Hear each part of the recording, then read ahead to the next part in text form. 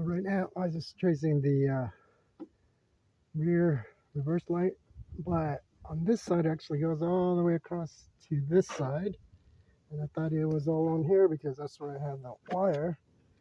So I'm just putting everything back because I gotta go down this way and figure out where it is on that side. Fun of having a hatchback with the lights all the way on the back tailgate. What a pain in the, you know what. Alright, I finally got the Rabbit reverse camera working. So I put it on reverse and check that out. There we go. You change it. So that's pretty good.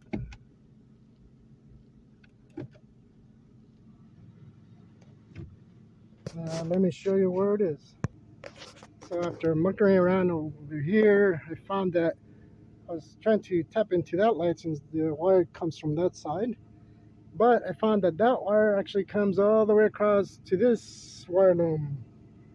And I had to look at the schematic, and it's the gray with the white line. That's the one you want to tap into, and as you can see I got a mess right here, but I got the other wire over here, so I'll just set this up and leave it and put everything back. But yeah, this thing's a pain in the butt. Now the reason I'm here is because you can't go straight to the bulb. Well, you can if you can reach it, but since I couldn't, I decided to look on this wire loom, since I know this is where it's coming from. But this is not the same wire that you find on the what do you call it, on the bulb.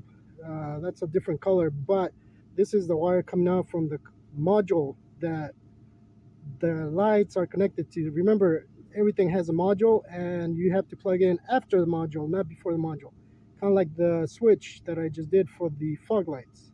I have to go straight to the light instead of the switch because the switch is actually before the module, and that didn't work either. So just something to note when you're dealing with CAN bus, since every new car it's like that. So you can still plug into it, but you gotta be careful where you plug in, because if you don't, you're gonna get codes.